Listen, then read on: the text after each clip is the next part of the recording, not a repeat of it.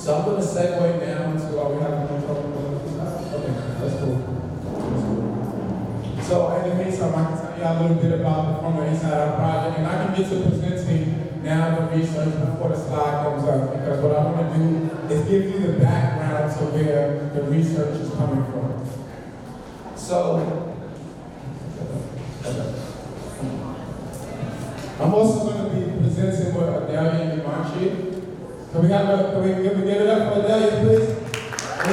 Everyone in here deserves a hand clap, please. So, just to give you a little bit of background, I served 9 years in prison. I've been home for the past 6 years.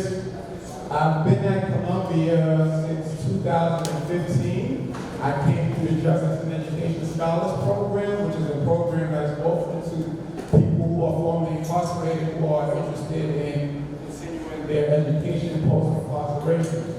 I went through the first cohort of it. I met Professor Geraldine Downey was in here somewhere, and I never left her. I kind of grabbed on and I stayed.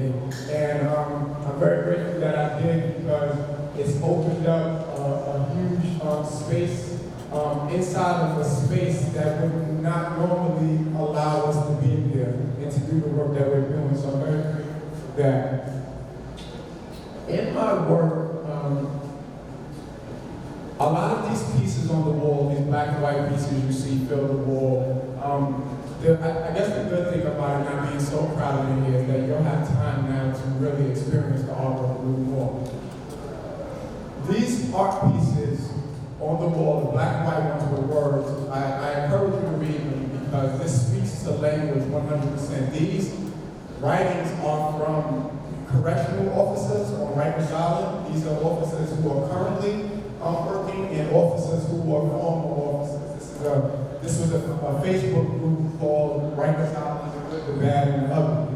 And what it was really was a venting space for them to go in and talk about things related to, I guess, members of service, people who serve in that capacity. So there was an incident. The incident is reported on two of the, I think that on that board. This incident, if you want to see the incident, it's on this board. It's on with that incident. There was a cutting a few years ago on Rikers Island by two gentlemen. They held an officer down and they cut his face. And to anyone who hears it, we're like, that's horrible. And rightfully so it is. But to people who have been in prison, we understand the dynamics of incarceration, and we kind of understand the order, the structure by which things actually happen. And something like that doesn't just happen. You know, something sort of provoked that. Not it was a justification, but like, what happened? Like, what else happened here? Because it's never just good to hear the incident or what led up to the incident. You know, let's give us some context so we can judge this righteously, and we don't have to just judge it critically based on the first thing we see or the first bit of information we're given. So I asked a question in the group. The reason that we understand the order and the structure is that typically people in prison don't just go and attack the officers. It's usually vice versa.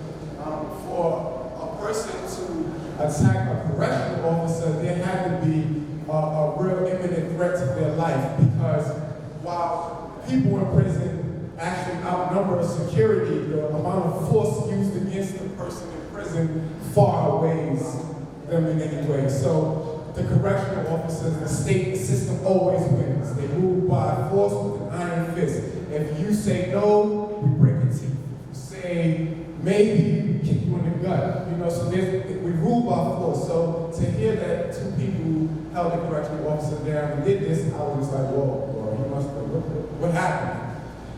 That was absolutely the wrong question to ask inside that group, needless to say, right? Because they're all correctional officers and they're all on that side of the law. And they lashed out verbally and tore me a new one, right? And over the course of 3 days, I engaged with them in discourse over in this Facebook group, asking them about very practical things like, well, aren't we still people?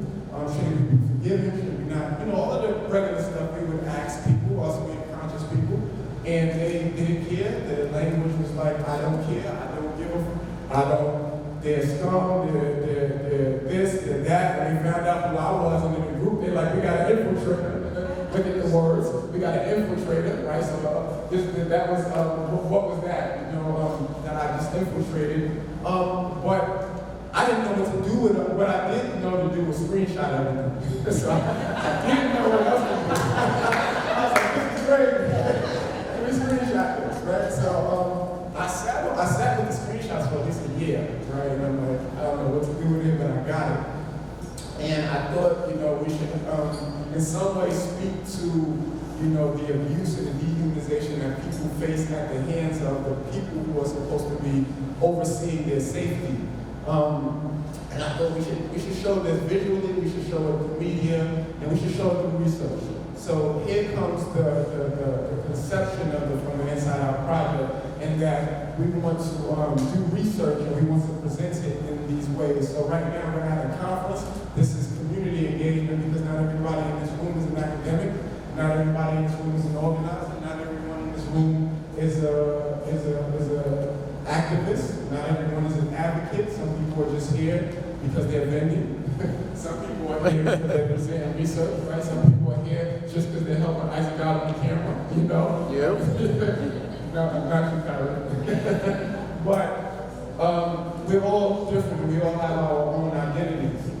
And it's important that we all have the same information. So that information that we have when we get and we do this research, everyone should have it equally to use as you see fit.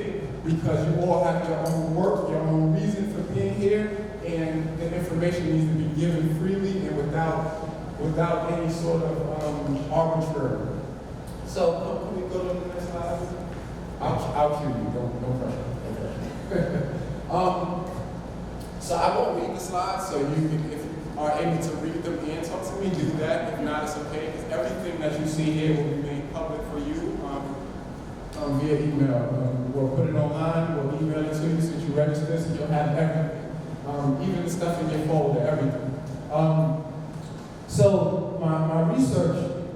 The research that I started with, and I started with a young woman named Taylor, we came into the social relations lab wanting to just attack the fact that people use the words inmate, prisoner, and convict.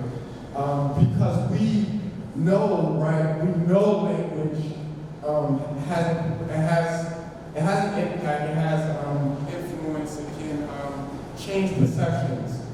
But what I didn't know as a young researcher is that in order for that to be considered in research, you have to prove it, right? So you have to start from the beginning. So what we did was we did a word pilot.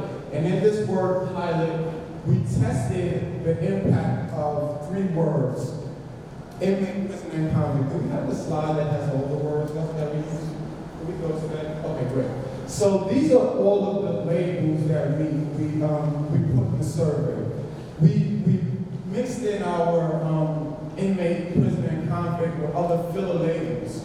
And we wanted to see based on, and this is the question, right, and hypothesis one, we wanted to know if based on the stigma that incarceration carries, will the language that's used to reference people carry this stigma also carry that same stigma. Does that make sense?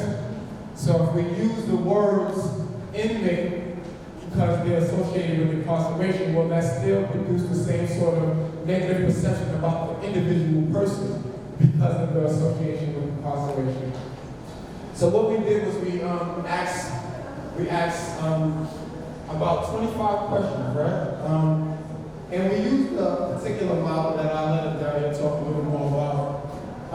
And what we did was we asked very, very, very practical questions to people about, okay, if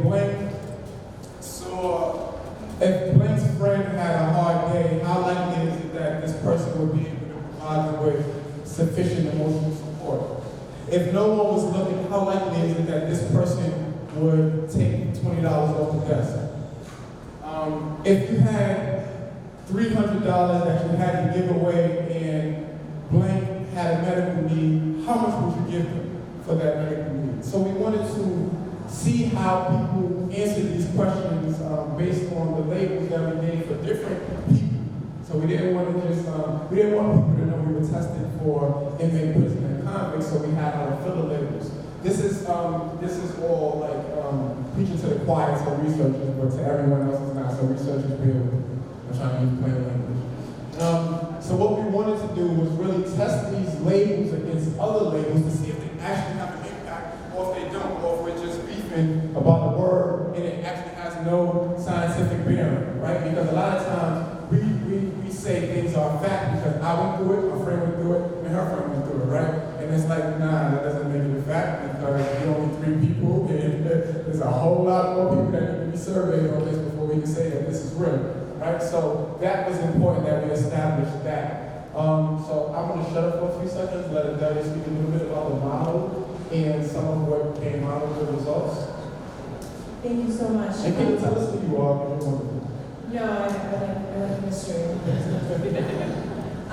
So I'm Adelya. I'm going to be on the panel actually a little later, so I'll do a more thorough introduction then.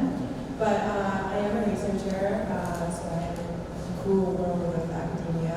I'm also a clinician. So I got into this project, actually I wanted to give you a shout out because I saw like an ad somewhere from my email listers that was talking about this project. And I had no time, like it was an RA position, research assistant position, and I had no time. But I emailed you anyway, and I was like, I have no time to do this position, but I'm wondering if I can be involved. And Isaac so kindly responded, he's like, no, just come in. Just come in and we'll talk. Which is very much his style, actually. So I came in to Columbia, and I said, like, I have about 5 minutes every day that I can contribute. And he just welcomed me with open arms. He said, whatever you can do, whatever you can bring, whatever your skills are, bring them in here. And he really allowed me to make this project on my own and work on the data, so I really appreciate that. So yeah, I mean, you really put out the rationale for the study very well. I think it's important, as we're having these important conversations, to also say that, like, no, we didn't just make this stuff up. This isn't just like something that we imagine that labels have an impact, that language has an impact. No, this is actually what we call evidence-based, right? Research has shown that these labels do have significant impacts. What's also really cool about this study, and I'm putting a bold here, is that we didn't only assess kind of how negatively different labels are viewed, but also how positively. So we wanted to see both the humanizing and the dehumanizing traits that were assessed when discussing these different labels and these different populations. And we can go on to the next slide. And I know you can't see it, but again, this information will be emailed to you. But what we found was that the social labels of prisoners and convicts and inmates didn't really differ among themselves. So what that means is that people kind of saw the 3 labels very similarly. So there's no difference between cross someone, a prisoner, an inmate, or a convict. It's all viewed as but these 3 labels, and maybe you can see like how far off these blue lines are from everyone else, right? You can see that these 3 particular labels were seen not only as less human, literally less human. So on the traits of human nature and human uniqueness, they were seen significantly less than every other label. And on the flip side of that, they were actually also actively being perceived as more animalistic and object-like, which is the other part of the dehumanization scale. So there's 2 ways that those 3 labels differ significantly from all those other lawyers, professors, all of those different groups. And you can literally see on the graphs here just how significant the differences were. So again, this is just to show that what we're talking about is not something that we made up. It's not just something that people talk about on the street or in spaces like this. It's very real, and we're going to publish it and make it even more real. But yeah, and I'll be around, like I said, so if you have any questions, please feel free to approach me. I just want to say one more thing before we go to the next research study presentation. That this is not even like a full analysis. This is just like like what we saw on the first look, just doing the means and seeing that inmate, prisoner, and convict receive the highest ratings in one area and the lowest ratings in another area. That's it. That's not even looking into implications as we compare against demographics and who has a background in this, what, you know, and looking at who took the survey, what their economic status is, what their race is, and who's saying what about who. We didn't even go there yet. That's like a further analysis we'll do with, I think it's an email going to you and Dara, so yes, about this and us yes. Yes, because we gotta definitely unpack this study a lot more, because when we grafted it, we didn't know how much we would get back from it, and what we really wanted to do was just test those 3 words. And in testing those 3 words, we created a study that kind of unveiled a whole lot more than we thought. So this is just a preliminary. We're not even presenting any results. This is just to let you know the state of mind we're in as we start to look at language. So I guess we can segue from here. Thank you, Adelya, I appreciate you. We can segue from here into other research. So I have had the pleasure of working with Mrs. Everette all summer, and she was a champion. She was able to take a study that was very in its infancy stages when she came to the center as an intern, a high school intern this summer. She took the research and she was able to get deep into it and find her own place in it. And I'm just really excited about, you know, what she's been finding and where it's taking her own personal work as a young person. Because we're talking about the youth, we're talking about her, even though she doesn't like it before you, you're still you. You know, so this is what we're talking about, you know, in empowerment. So definitely tell us about the research. Tell us who you are first, so we know you. And then, you know what? I made a big mistake and didn't make any name tags for any of the presenters. I'm sorry. No. Yeah. You do have one? Okay, I'll get your name tag. I'm sorry. Because it's important that we know who everyone is. But yes, tell us who you are. Tell us about the study. Sure. So I'm Abigail Everette. I worked with Isaac this summer, as I said. My story coming to Isaac, coming to the center, is very similar to Adelya's. I found his application online, and I applied, and here we are. So originally I started working on the television research project, whose goal was to understand the cultural context of really the first study, to understand what media these people are absorbing that influence their perceptions of people and their perceptions of labels. So we evaluated 3 popular drama crime shows, Chicago PD, Blue Bloods, and Law and Order SVU. We combed scripts for instances of usage of terms that commonly dehumanize, otherize, and ostracize people who are impacted by the criminal legal system. You can see the list of the terms on the left side of the screen. The context in which the words were used was analyzed, as well as the demographics, the race, ethnicity, and gender identity of the individuals both using the word and the individuals serving as the receiver for the word. And also I watched all the television shows themselves, not only looked at the scripts, to understand the full context in which the words were used. So we discerned 2 main trends in the results. The first was an us versus them dynamic between the law enforcement agents, the cops, the prosecutors, the judges, and the people who they arrest, prosecute, and convict, the people impacted adversely by the criminal legal system. Because the shows are set up to only illustrate the humanizing qualities of the law enforcement, we don't have the opportunity to humanize with the people who are adversely affected. And 2, the second trend that I discerned was the characterization of characters of color as prone to criminality, as well as a propagation of white women victimhood. So what that means is that Black and brown men were depicted as being inherently prone to criminality, as being dangerous, as being deviant. And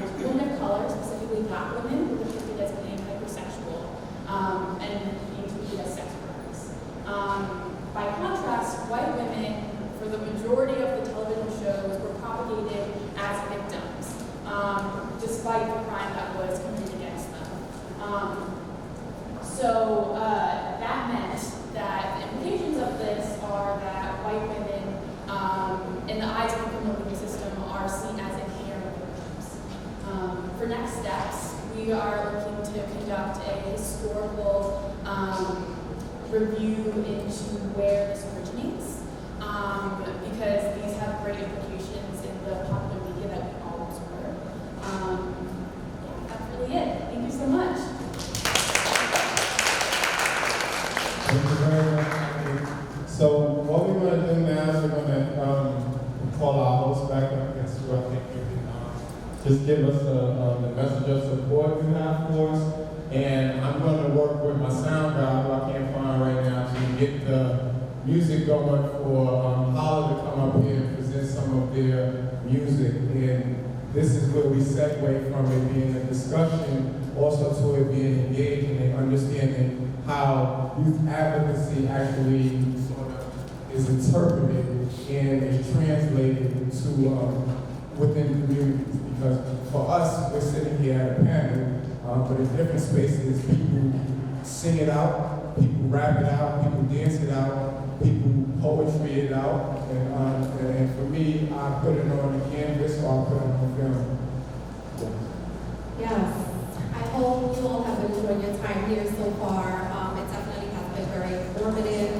Again, I want to thank everyone who has spoken up here today. It definitely takes a lot of courage to public speak and to be able to find your voice to deliver your message. So I want to encourage everyone here to use what they've learned so far and help engage in the community and help make the communities better. Our youth is very important. I can share a personal story. It's so funny how life and God's purpose works. So I personally have someone close to me who is incarcerated. And actually, leaving here today, I am going to be driving with my children to go visit this person tomorrow. So this workshop has definitely helped me, to be able to find the language to speak to them on this part right there, right? And also to help them learn how to better engage with the person that's incarcerated from a humanitarian aspect, from a place of empathy. Because again, this is the power of language for incarcerated individuals, and we do have to learn that we need to take away the stigma from people who have been formerly incarcerated, and it's all about a second chance, and it's all about hearing out their narratives and giving them the chance to use what they've been through, use their story to impact our community positively, which is what Pastor Isaac God is doing himself. So I'm definitely grateful to be a part of this. I do want to encourage everyone to look in their folders that were supplied to you.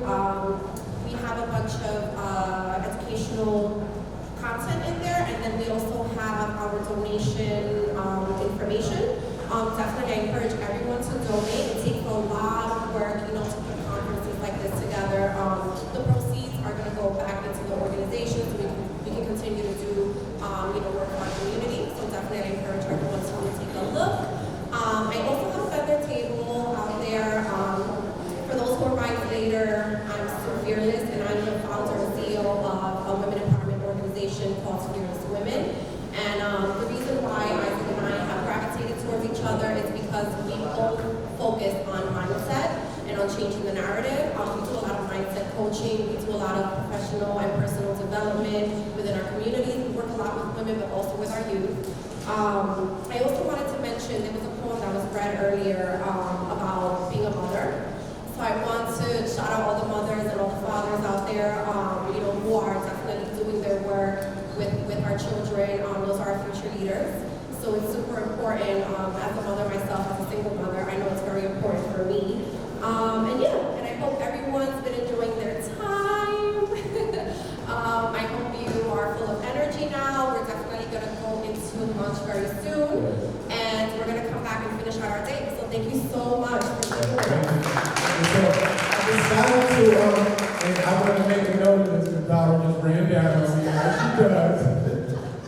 Okay, yes, I did make a change in the agenda in that we're gonna go to a performance and then we'll go back to the second half of the research station. Just to bring up the energy in the room a little bit, because we've been sitting here talking a lot and let's yell at each other. Yeah, I got that. See? That's what I think. That's why we got to change it up, because we're still sleeping in here. So we need to get up, because we got some work to do in the next few hours together, because what happens in this room is going to leave this room, and it needs to leave, quality needs to leave here. So we can't be sleeping. We all came here, right? So let's, so we're going to get into that. So if anybody really quick needs to use the bathroom, I know y'all been sitting for a while, do that, come right back. We're going to go into that immediately.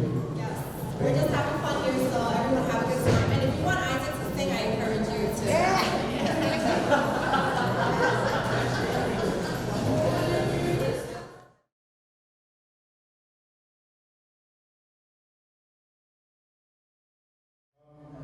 Let me pull up this slide. So I'm going to call up the researchers, more researchers working on this from the Inside Out project. They'll tell you a lot about who they are and the work that they do. They're amazing. The work they're doing is amazing, and I'm very grateful to have them part of the team.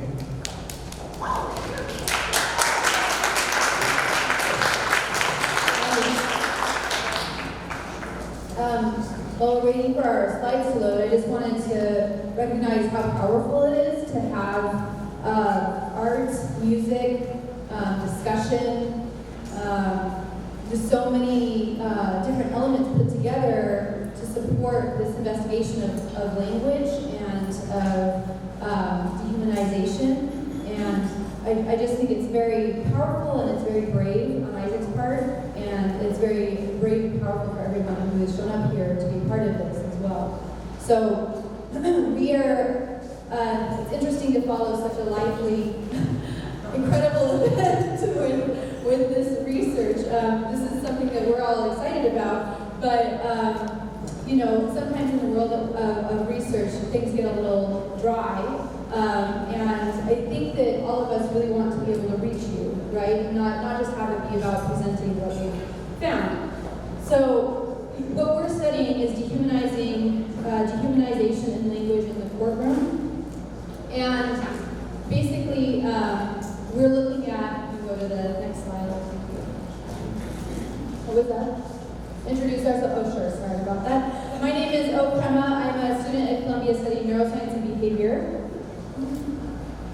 I am Federica. I'm a researcher at Columbia University. I basically work on criminal law, criminal justice, and neuroscience. And I'm excited a little bit more about my work in the next class. And I'm Dara. I'm a third-year PhD student in the Department of Psychology at Confined. Oh, pardon in advance. I'm not feeling well, so it's hard. You cannot hear me in the back. Please do raise your hand so I can project to it. Great. So in our research, we studied how language that is used in courtroom settings, how that language impacts the decisions, the sentencing decisions that jurors make.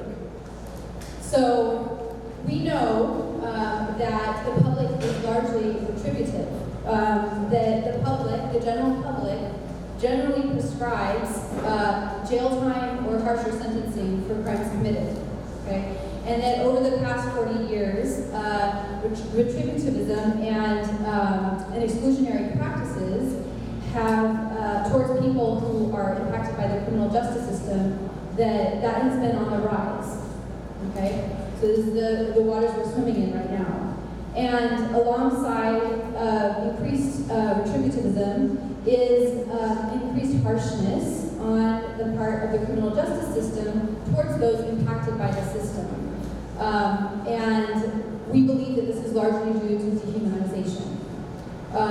So it's been shown that there's a link between dehumanization, retributivism in sentencing, and exclusionary practices. Sorry about that. And what has yet to be shown is how language that's used in the courtroom, how that impacts the sentencing prescribed by jurors, right? So there has been a preliminary study on victim impact statements and how the language used in those statements impacts sentencing outcomes. Okay, and that's kind of like where we can move forward.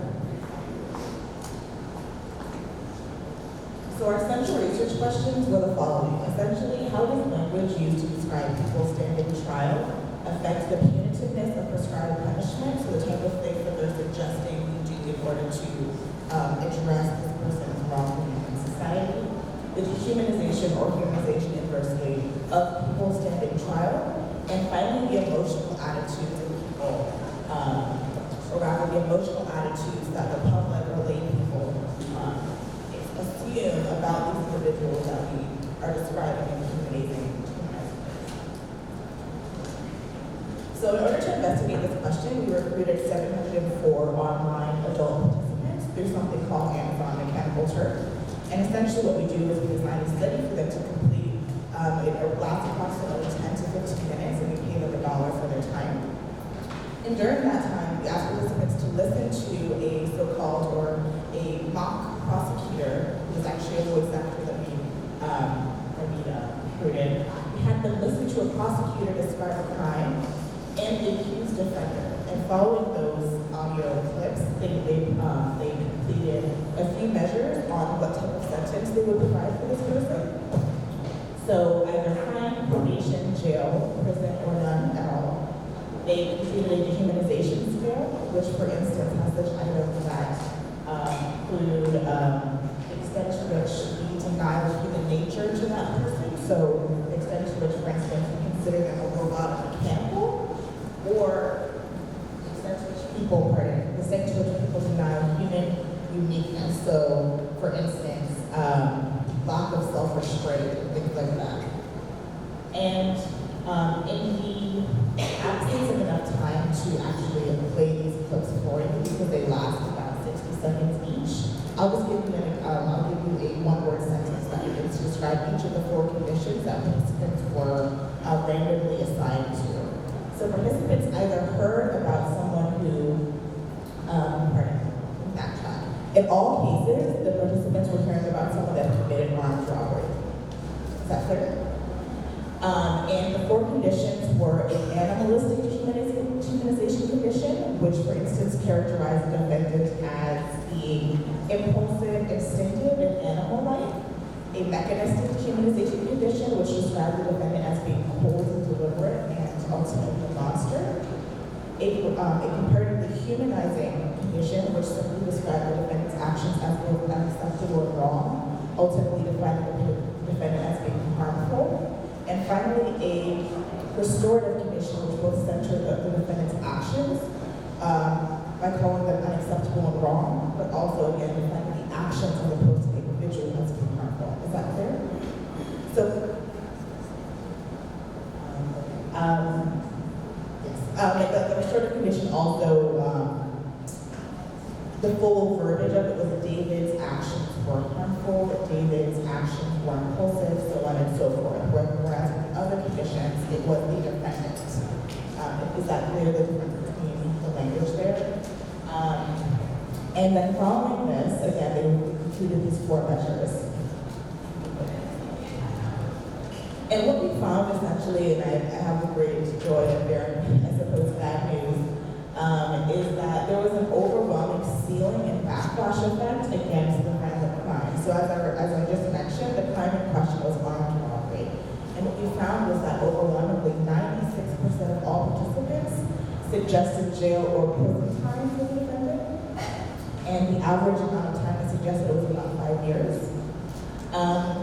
Almost all participants scored 50, about 50 out of 60 on the dehumanization scale, meaning they almost dehumanized them to the fullest extent that skill can measure. And perhaps even more interestingly, there was actually less empathy in the humanizing restorative conditions as compared to the dehumanizing conditions. And further, there was also less discussed. Contrary to our predictions, there was actually less discussed in the mechanistic condition than, say, the humanizing condition, which actually mapped onto less discussed in the restorative condition as well, which Federica will discuss briefly as to sort of our predictions as to why this occurred. And just to define these terms more clearly, because I realize I'm using psychology terms, a ceiling effect basically means that it's almost maxed across all participants, regardless of condition, regardless of manipulation, regardless of whatever statistical test that can possibly run. Participants essentially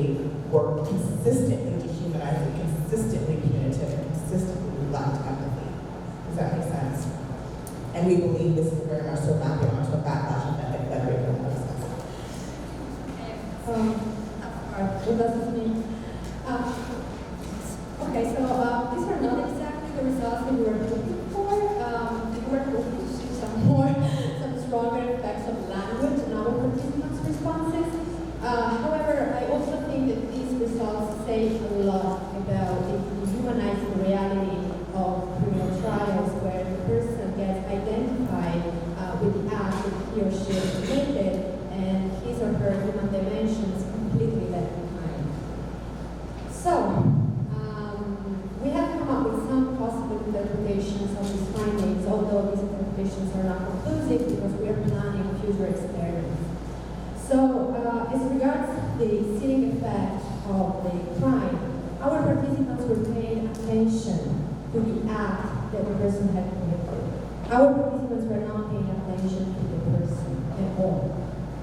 One possibility is that it's methodological. So our participants were listening to this audio recording where the prosecutor was first describing the crime and the circumstances of the crime, and in the second chunk of the audio, the prosecutor was describing the person. So perhaps our participants paid more attention to what they listened at first, and gradually lost their attention to what they listened second. So it's possible that they based their evaluation on the crime rather than on the person per se. That's one possibility. The second interpretation that we gave to these results is something that most of us are familiar with, which is the strong underlying retributive thinking among the general public. So especially when violence is concerned, general public reacts with just desert concerns, which means that the general public seeks punishment for a person because the person deserves punishment for what he or she has done. And this completely objectifies the person. It completely leaves behind the human dimension of the person. This is the typical feature of retributive thinking, and retribution in general is a theory of punishment. So that's where the dehumanization comes in. So as you saw, there has been a substantial equality between dehumanization levels, disgust levels, and clinical outcomes. So previous research has suggested that dehumanization and disgust partially explain why people react with retribution-based judgment to crime. Okay? So it's very likely that our participants reacted so much to dehumanization as it was automatic, which is concerning because it means that jurors in criminal trials automatically dehumanize the person in trial. Another explanation, although I know it sounds too legalistic, so I try to be easy and simple, is the moral agency view. So in retribution, theory of retribution, and also in lay intuition, there is this view, very individualistic, that the person that commits the crime is a moral agent, who is automatically assigned the ability to control his or her impulses and has the ability to do otherwise. So when a person engages in criminal behavior, many people view that he or she did not choose to control his or her behavior on purpose, which also explains the less empathy in more humanizing conditions. So it is possible that our participants perceive the person more a moral agent who had even more the capacity to do otherwise and just did it. So perhaps this created even more wisdom. So overall, our results are not encouraging because they are a clear picture of reality of criminal trials. As I say, these findings are not conclusive because the overall objective of to understand impact of language. So we are going to do other experiments to isolate the actual effects of language. Yeah, so as I say, so in our next steps, although we still have to discuss probably about that, we are going to have our participants just listen to descriptions of the person. So we are not going to have them listen to the description of the crime and see if there is a difference in terms of outcomes. We also want to test the protocol with non-violent crimes to see if there is an inverse relationship between the seriousness of the crime and the effects of language. And then we also want to test the impact of language on legal experts, because we want to see if legal experts have a different sensitivity to the effects of language compared to many people. So if you have any questions, yes, okay. Thank you very much. Are there any questions? Any questions? Come on, let's ask some questions. So as I was listening to this, I kept asking myself, well, what was the demographic data on the people answering this? Who is the public? Because I would think that would change or influence. Excellent question. The majority of the sample was white, so about 555 participants were white, followed next by about 74 Black participants, followed then by about 54 Asian American participants, and then there were smaller percentages thereafter.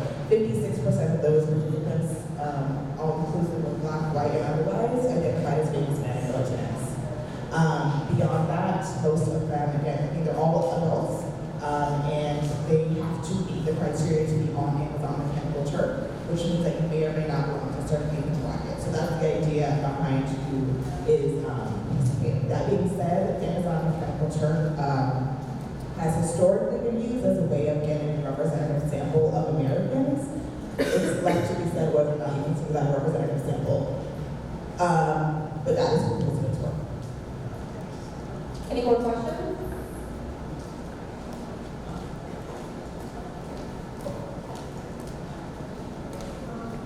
In the beginning of your presentation, there was a term, layperson. What does that mean? Layperson basically means in this particular case, layperson means non-scientist, likely a non-legal actor. So layperson meaning someone who is a member of the general public who's coming to the study, providing their opinion as a way of getting their idea of general public perception outside of the academy or outside of legal realms. Thank you for asking. Any more questions?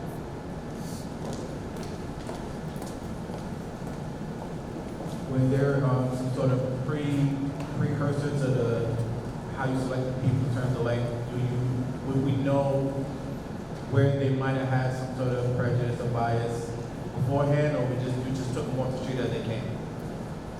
We, so to speak, took them off the street as they came in the sense that we did not screen for anything beyond the fact that they're an adult and that they're in the United States of America. So the idea behind that is you need to be eligible theoretically to be on a jury. That being said, there were a number of items in the study that asked about your personal experience with the criminal justice system, so whether or not you personally had a record, whether or not somebody you know, a family member has a record, whether or not you or a family member were a victim of a crime, so on and so forth. And if this is something that is kind of what you're asking about, whether or not some kind of criminal record actually had no effect on any of these measures. So it wasn't as though someone having a criminal record made them less punitive, which is interesting, and we can talk about it amongst ourselves another time about that perhaps. What did matter, however, was whether or not a family member was a victim of a crime. I believe that actually made you either more disgusted or less empathic. Either way, your emotional reaction to it was greater. Does that make sense?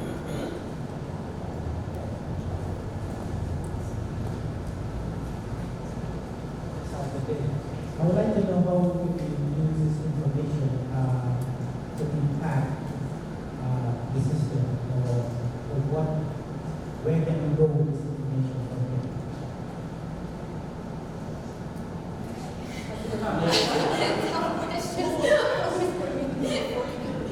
That's the whole reason we're here. So before Federica, the trained lawyer, speaks, I always provide the most basic response possible, and then you get into the specifics of like things that we've done, what all has done research on, what Federica knows about legal speaking, and so on and so forth.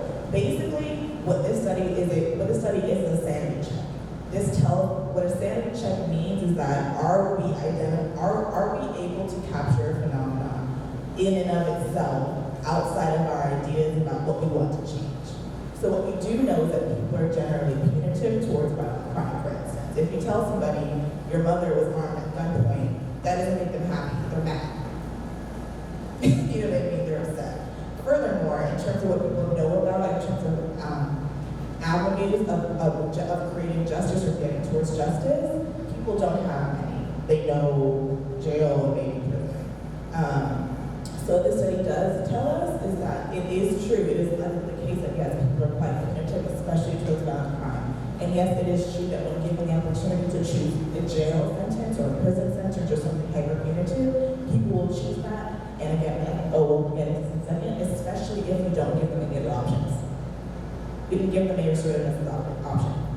We didn't give them a meet with the person who was harmed option. So perhaps if we give them that option, we might see something interesting there. So basically, I totally agree. So this is really a reality check. So we now know what the current situation looks like. So now that we know the cause, we also understand what to do to make a change. So from my perspective, this is perfectly in line with what I studied. So why the system is retributive, why the system is incapacitated, why the system doesn't give options to people that go through the criminal justice system. This just confirms what basically everybody knows. So if we want to make a change, we have to intervene at different levels. So first we need to shift the narrative of crime. We have to shift the narrative of people involved in the criminal justice system. This event is amazing because this gives an opportunity to build knowledge, to build awareness. But from my perspective, we should build this awareness among legal experts, legal scholars, legal policy makers, because they make the law, they make the rules. If they don't change their mind, the law is never going to change. So I really believe that these kinds of initiatives are so important, so fundamental, and I really hope that we're going to do that at the law school, because I see that things have to be combined, the general public for sure, but also the law people have to be involved. So we need to shift the narrative, and then we can also shift the language. That's personally how I see it. Just one more thing, sorry. And also, I think it's, again, I have the great job of being kind of depressing, but I think it's important to realize that as much as we want to intervene on a language level, as much as we know that language has power, it's not necessarily always when you think it is or where you think it is. So for instance, it is possible, we have to do more research, but it is possible that regardless of what a prosecutor says, people are just going to focus on the crime. That is a possibility, and we have to sit with that and think about that as reality, because otherwise we will not be able to get we will not be able to generate possible intervention to get towards the world we want to live in. So we need to think about what are the ways we can intervene with language, what are the restrictions of language, and that is possible too.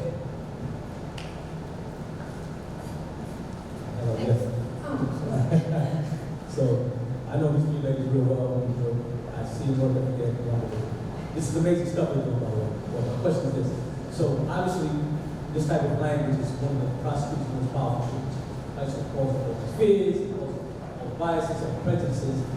How, this is kind of like a softball. So how resistant do you think the prosecutors will be by taking away one of the most powerful weapons? I mean, if you sort of ask me to get rid of this weapon, how resistant do you think they're going to be about this? This is how they get the conviction shots. I want to do it anyways. So how resistant do you think the prosecutors will be about getting rid of this, not using this? Well, okay. So prosecutors are the accused. So it's their job. However, I have seen prosecutors, I have met prosecutors also here in New York City that are willing to encourage change in criminal proceedings, in criminal trials in general, in the prison system. So I can say that I've seen some openness. For sure, in terms of the language, there should be some rules, like ethical rules, like certain language should be prohibited in a criminal courtroom, that's for sure. So that because it's biasing. So jurors listen to what prosecutors say, and jurors listen to what attorneys say. So they are clearly biased by the language that they use. I am sure because I've been there, so I know they are.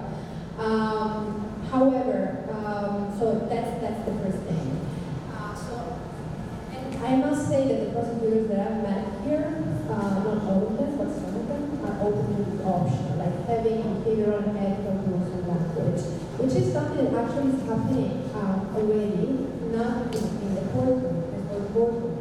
Like San Francisco Board of Advisors has made a proposal for the city county to eliminate any sort of dehumanizing language from criminal justice policy. I don't know if the proposal has passed yet, I don't know, but the word criminal on the felon have to be replaced with the first person language. So this is happening right now in San Francisco. So I hope that this is going to happen also here and everywhere around the country. So yeah, so if the change happens at the legislative level, it can also happen at the judicial level. So it's gradually happening. Thank you, Federica. So we're going to take one more question, and then we're going to have then we're going to transition to our last talk before lunch. I'm good. Thank you. Very nice of you. I'll make it very quick because it's sort of a question/statement. You know, one of the beauties of academia is doing these studies and having brilliant women like yourself being able to translate that. Like as David had asked, how do we get this into information, from data to information? And I wondered if there are access within Columbia, within the studies that are being done, to get them to organizations like PROP. You know, the people that I always hear it's Police Reforming Organizing Project. They would love this information because that's what they do, mediate this information to those who need it in the community to understand. So I wonder if there's, and I'm happy to send, to Pastor Isaac any of these links, but this is really important information or data that needs to, that you're turning into information that I think should get to also not just prosecutors and those involved in the legislation of the law, but those who are affected by it, because I think a lot of powerful narratives. So if there's any way that we can send you, and I'm sure there's a lot of people in this audience that know great organizations too that would love access to information. If we can maybe send them to you. That sounds more like a question for me, because I feel like that's probably where I would be convening with them about, like, how do we get that information you guys got out into a space like this? So I definitely want to let y'all touch on that, but some of the practical ways that we're working on that, not just with their study, but the other research, is bringing it to the spaces. So they can come and present this in spaces where it is pertinent, where it's useful, where the information can be utilized. That's the whole purpose of it, to make it accessible to everyone. So yes, if people do want us to come visit them, talk to their people, that's what we want to do. We want to be able to get the information to as many people as possible. I'm sorry. I just wanted to, again, I need to be aggressive today. I just wanted to offer a word of caution. So we're all in agreement, and all of us here kind of speaking to one another in terms of understanding the importance of accessibility and translating data and translating hyper-scientific terminology into words. I think we all agree, for sure. But the thing that's really important to remember is what you do not want to do is present just any old data to those entities. Because, for instance, the police could take something like this and just run with it. Here's how you can interpret this data. It doesn't matter what we say about them. They don't care. We can call them what we want. Thank you. I agree, but I'm saying, but I totally agree with that. I'm just saying, just to the room to express from a budding academic point of view, what's really important is to make sure we've dotted our I's and crossed our T's. We have a better picture of the whole situation, so that when we do present something to the public, we can come at them with something that's useful and not just depressing. Yes. Useful in the sense that how can we translate this data into something that's actually going to help us generate ways of influencing the public to take a more restorative approach to justice, or vote in a direction that's more restorative, or so on and so forth. Because as it stands, we don't have enough data, and we want to. When we do have that data, we promise you we're going to definitely translate it. Thank you. So can we give it up for Dara on Federica? Thank you, guys. Thank you for your patience. Dara, thank you for your patience.